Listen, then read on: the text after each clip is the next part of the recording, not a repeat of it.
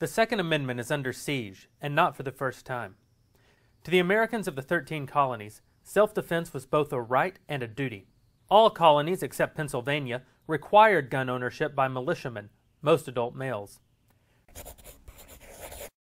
Many colonies also mandated gun ownership by the head of a household, including a woman if she was the head, and sometimes required the carrying of guns when traveling or when going to public meetings, such as church services.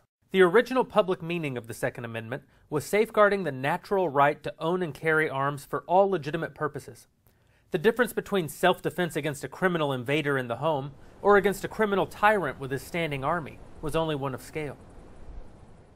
Immediately after the Civil War, Southern states enacted black codes designed to keep ex-slaves in de facto slavery. Mississippi's provision was typical. No freedman, quote, shall keep or carry firearms of any kind or any ammunition without police permission.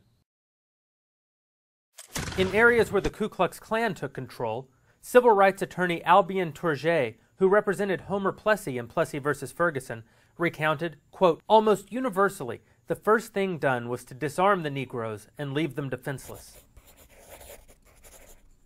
The Ku Klux Klan was America's first gun control group, as well as America's first domestic terrorist organization. Jim Crow laws became the foundation of gun control in America. These laws spread north in the early decades of the 20th century, aimed primarily at immigrants or labor agitators, or in response to blacks defending themselves against race riots. By the 1920s, movements were afoot to ban all handguns and to require the registration of all guns.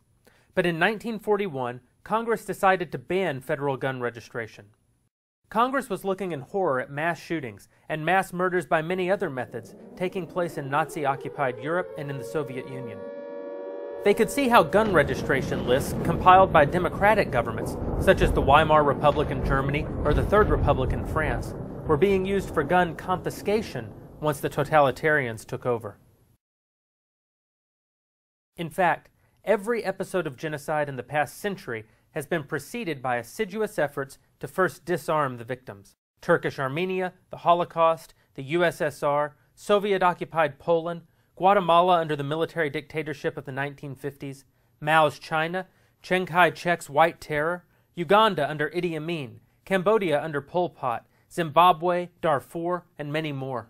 Of course, not every government that uses registration lists for mass confiscation is intent on genocide. But it's indisputable that the genocidaires seem to consider gun confiscation to be a crucial precondition for genocide. Today, the call for national gun registration is back. President Obama is using the murders at Sandy Hook Elementary School to promote registration, as well as massive bans on firearms and gun magazines.